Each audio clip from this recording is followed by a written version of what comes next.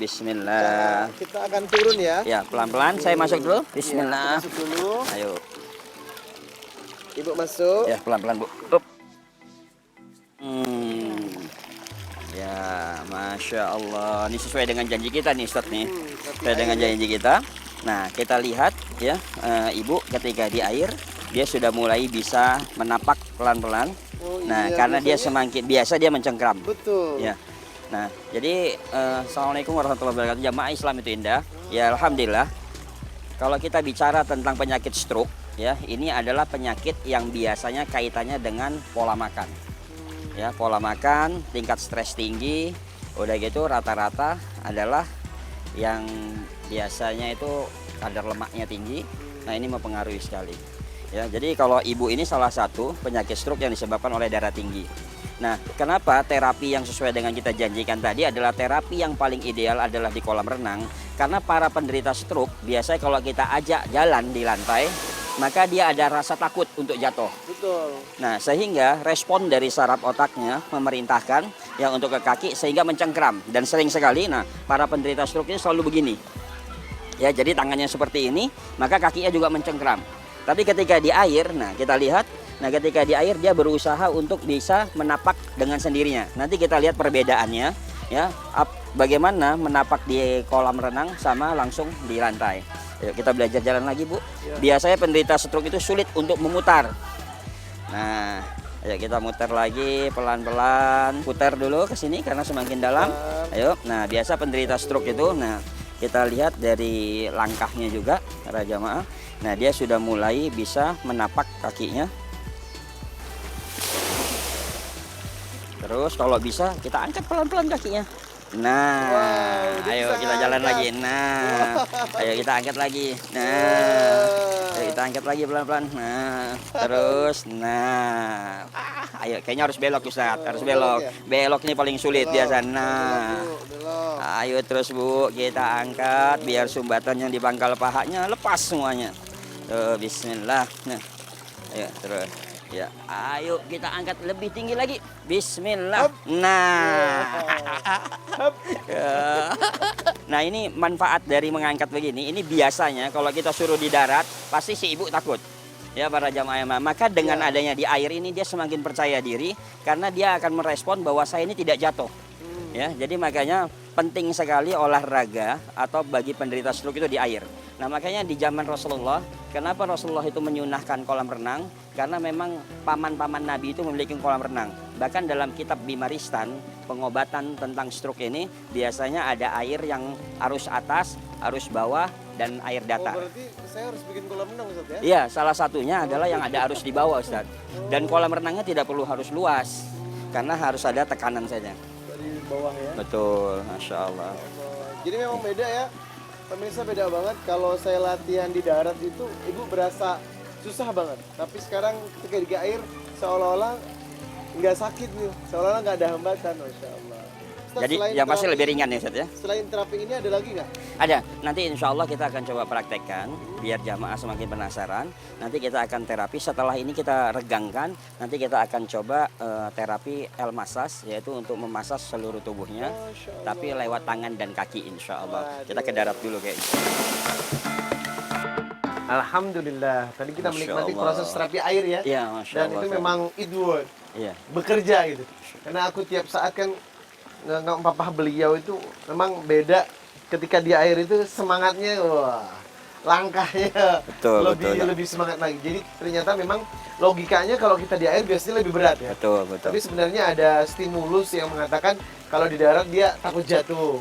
Kalau di air lebih. Betul. Jadi kalau kita lihat dalam kitab Tibun Nabawi, itu Ibnu Qayyim itu sudah mengatakan sebenarnya yang membuat kita sakit itu 75% adalah mindset kita, pikiran kita. Dari sini ya. Nah, makanya ketika dia di air karena tadi beban itu seolah-olah plong, maka responnya seluruh saraf itu akan bekerja maksimal.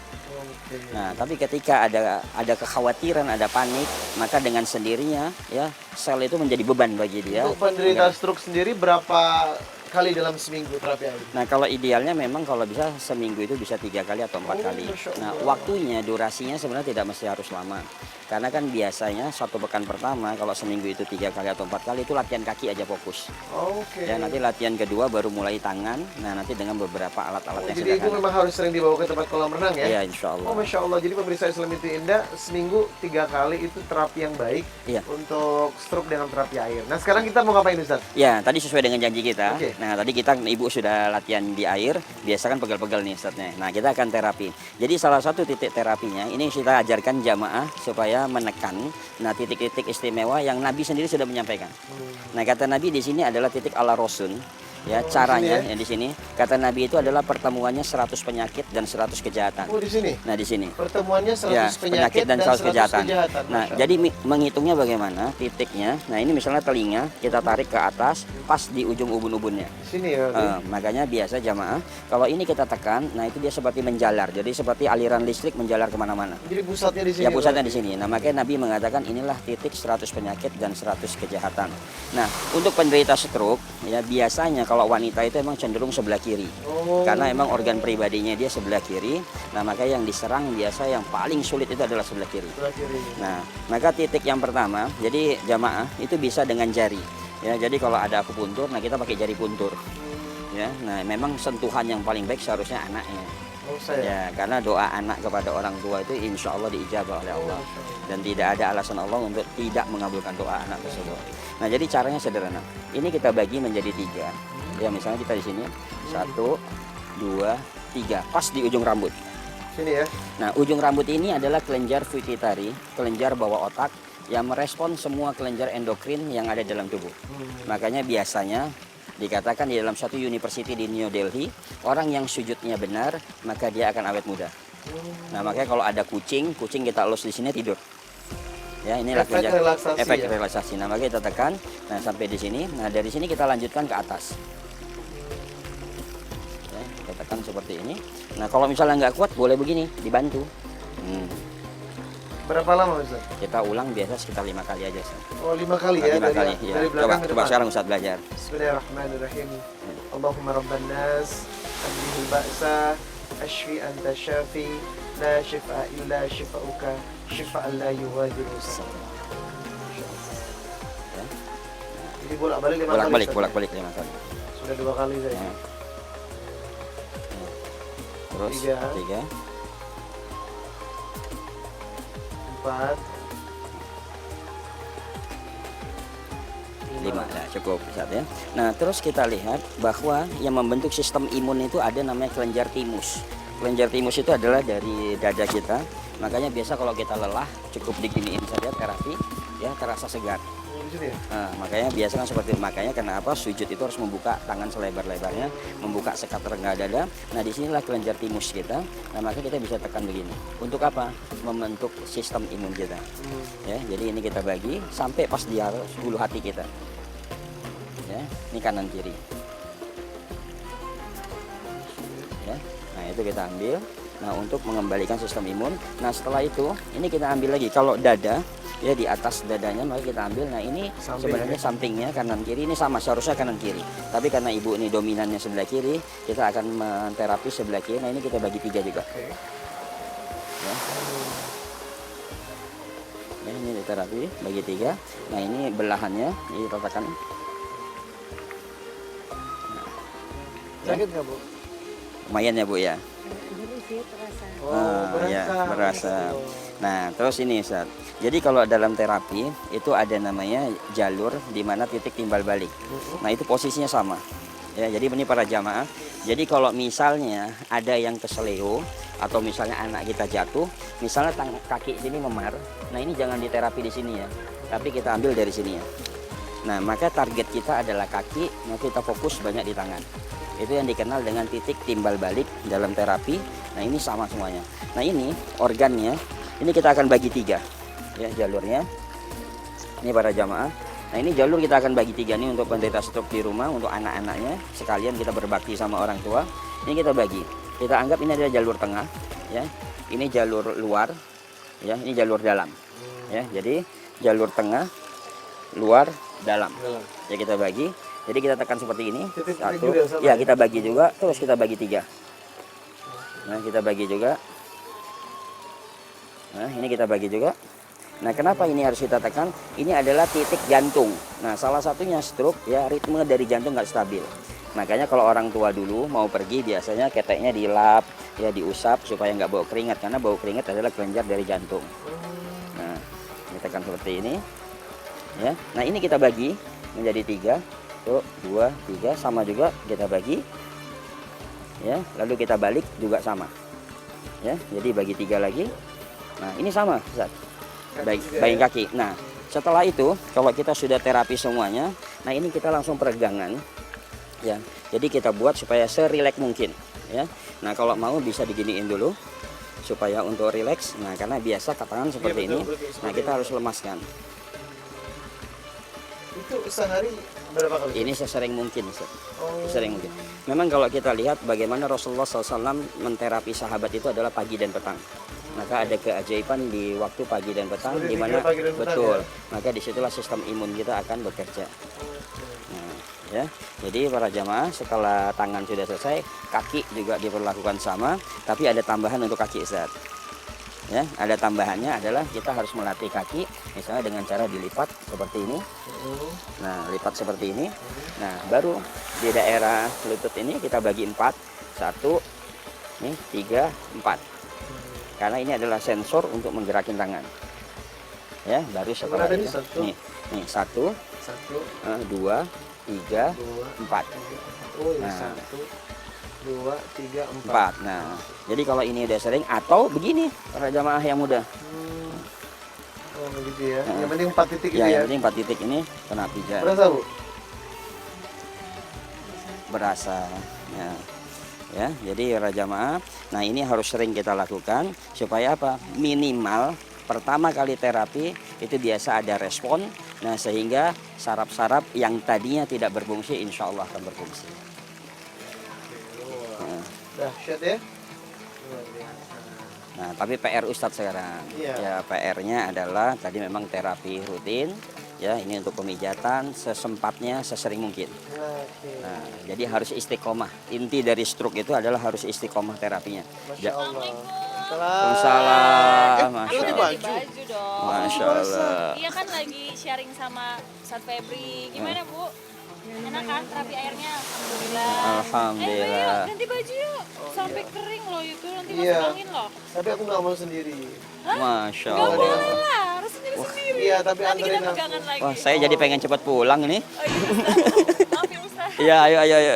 Silakan. Bentar Ustaz ya. Ya.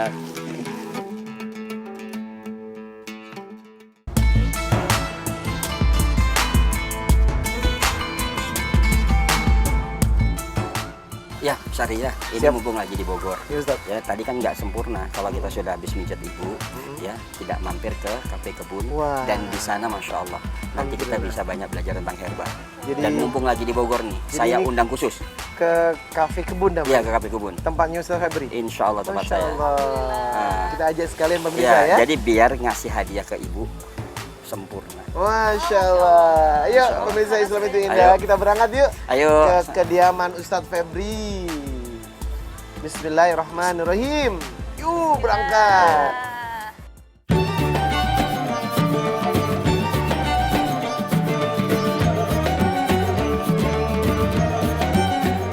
Ya, ini alhamdulillah Ustaz.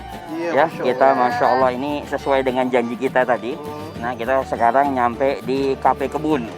Ya, kafe kebun. Enak Jadi- banget udaranya. Ya, masya Allah. Jadi kafe kebun ini posisinya itu emang di kaki Gunung Salak. Ini uniknya banyak bonsai. nih. Iya. Dan tidak Kita hanya lihat. bonsai. Jadi kalau di kafe kebun ini kita emang banyak tanaman-tanaman obat.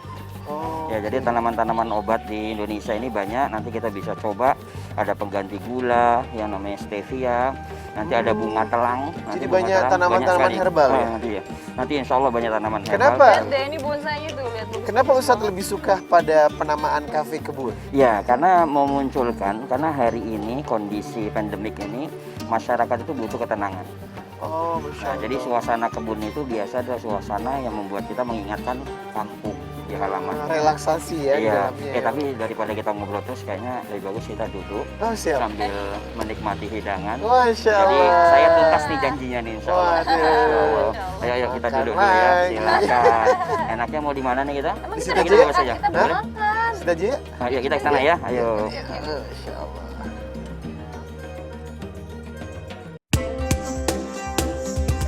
Ya, ini alhamdulillah nih Ustaz. Ya, tadi setelah kita jalan-jalan, nah kayaknya apa perlu makanan, butuh sebagai penyambutan tamu atau bagaimana nih kira-kira nih? Wah, karena kan anak kan pengen dapat kemuliaan memuliakan tamu juga. Masya Ustaz. Allah, Masya Allah. iya. Tapi kayaknya lebih ahsan anak buka dulu ya. Ya, silakan Ustaz. Ya. Nah, jadi ini kafe kebun. Memang kita desain itu tidak hanya untuk anak muda, ya, tapi memang kita buat termasuk orang-orang pencinta tanaman obat. Di sini ya. Jadi ada beberapa, kurang lebih ada 50 jenis tanaman obat di sini. 50 jenis? 50 jenis. Nah, tanaman obat di sini dan itu rata-rata asli Indonesia. Nah, Masya Allah. Jadi itu insya Allah. Dan tanaman obat ini juga bisa dipakai untuk imun COVID gitu ya? Iya, insya Allah. Jadi walaupun kita tidak bisa mengklaim tentang sistem imun untuk COVID, nah tapi paling tidak antioksidan atau manfaat dari herbal-herbal Indonesia ini memang memulihkan atau membangkitkan antioksidan yang kuat di dalam tubuh. Nah, secara tidak langsung bisa manfaat buat imun Kenapa kita. sayang? Mau makan apa lagi? Oh, sakit. Kenapa? Ah, Masya Allah. Kenapa sakit perutnya? Nggak tahu nih kayaknya udah waktunya datang bulan ini. Oh, Masya Allah. Masya Allah. Gimana Ustaz? Ada apa? Untung Ada yang bisa tadi Anda bantu? Waktu berenang nggak apa-apa. Iya. Nah, ini kayaknya permasalahan begini banyak dikeluhkan oleh hampir wanita. Emang permasalahannya apa nih, Indonesia. Ustaz? Setiap mau datang bulan begitu. Ya, jadi ada beberapa ya. Nanti kita akan lihat cara pengobatan. Nanti insya Allah saya akan buat racikan atau saya buat racikan dulu kali ini ya. Boleh. Nah, saya minta bantuan nanti Mas Rudi, maaf ya. Nah, ini ada beberapa Masya tanaman Allah. dari sini. Nah, Ini bunga apa sih? ini namanya bunga telang. Oh, ini Bunga telang ini bermanfaat juga ya, ini manfaatnya biasa kalau untuk anak-anak buat tetes mata. Ya, buat tetes mata. Jadi di tetes rumah kita mata ada, sayang. untuk ini, dan ini juga bisa antioksidan. Ya, nanti kita buat teh bunga telang. Ya, Bunga jadi telang bisa namanya bunga ya? telang ini juga bisa untuk meringankan nyeri haid. Oke. Ya, nanti kita minta. Terus Nah, diapain itu? ya, nanti kita akan coba racik. Nah, yang pertama Serai, ya? memang, nah di sini ada serai, ada jahe, Jahe. ya, udah gitu juga ada kayu manis, ada cengkeh, Cengkeh. ada cengkeh. Nah, nanti kita lihat manfaat dari bunga telang ini memang membangkitkan antioksidan. Karena tidak hanya mungkin Mbak Indri saja yang sakit di sini. Tapi sebenarnya nyeri haid itu kondisi normal yang dialami wanita atau sebenarnya Karena apa? ada wanita yang nggak mengalami nyeri haid? Ya, jadi hampir semuanya wanita mengalami karena itu adalah bicara masalah hormon. Ya, Itu jadi biasanya normal. di awal-awal aja sih. Iya. Misalnya hari pertama, hari kedua aja gitu nyerinya, tapi setelah itu sih enggak. Iya, ya karena memang awal sekali perubahan hormon. Nah, makanya ini kita sambil mengajarkan jamaah juga. Nah, yang pertama nanti disediakan air panas, ya, misalnya suhu sekitar 80 sampai 90. Nah, kenapa tidak sampai 100? Karena kita khawatir antioksidannya rusak. Jadi ini kita coba. Nah, Bismillah. Yang pertama air kita masukkan kira-kira sekitar 150 ml air panas. Ya, nah terus kita masukkan bunga telang karena Dimasukin kita aja ya? karena kita bebas pestisida. Jadi di sini insya Allah kita tidak menggunakan pestisida. Jadi harus dilihat juga tanamannya harus bebas pestisida. Ya beda karena nanti kalau enggak kan racun lagi dimasukin dalam tubuh. Ya, udah gitu ini ada kayu manis, satu batang kayu manis. Nah, ini serai harus kita geprek, ambil aja yang kecil karena hanya butuh sekitar 150 gram. Digeprek ya Ya, serainya kita ya? geprek.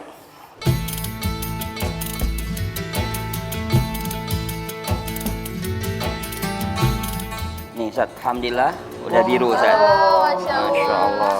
Ini banget tapi warnanya, boros lihat. doa juga. Iya, betul, Lama Ustaz. birunya. Masya Ya. Allah. Tapi ini untuk jamaah di rumah, Iya, ya, jamaah Islam itu indah. Nah, ini bisa juga ditambah dengan kunyit. Oh. Nah, bisa ditambah dengan kunyit atau asam jawa. Kunyitnya digeprek. Ya, kunyitnya itu bisa digeprek, sekalian kita panasin pakai air yang panas tadi, atau kalau mau dipanasin pakai stainless ya, tapi dengan api yang kecil sekali. Wah, warnanya bagus ya. Allah. Sakitnya. Iya.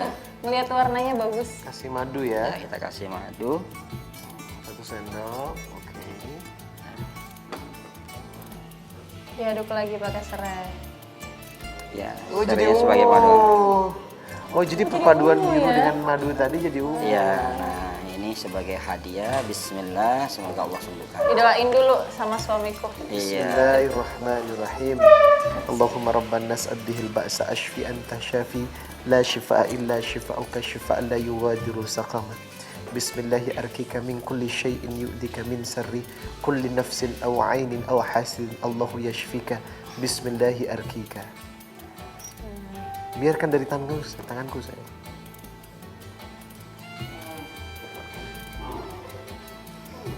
Tiga kali tegukan. Gimana rasanya? Enak banget. Masya Ada wanginya, wangi bunganya. Oh, jadi ini madunya. obat herbal alami untuk meredakan nyeri haid. Iya, nyeri haid.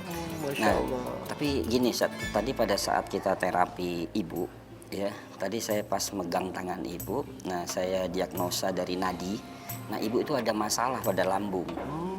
Ya, jadi kelihatannya ada luka pada usus. Nah, ini yang sebenarnya menimbulkan gas hebat. Makanya kadang ibu ada sesak nafas, ya nafasnya pendek, ya atau sering sakit kepala.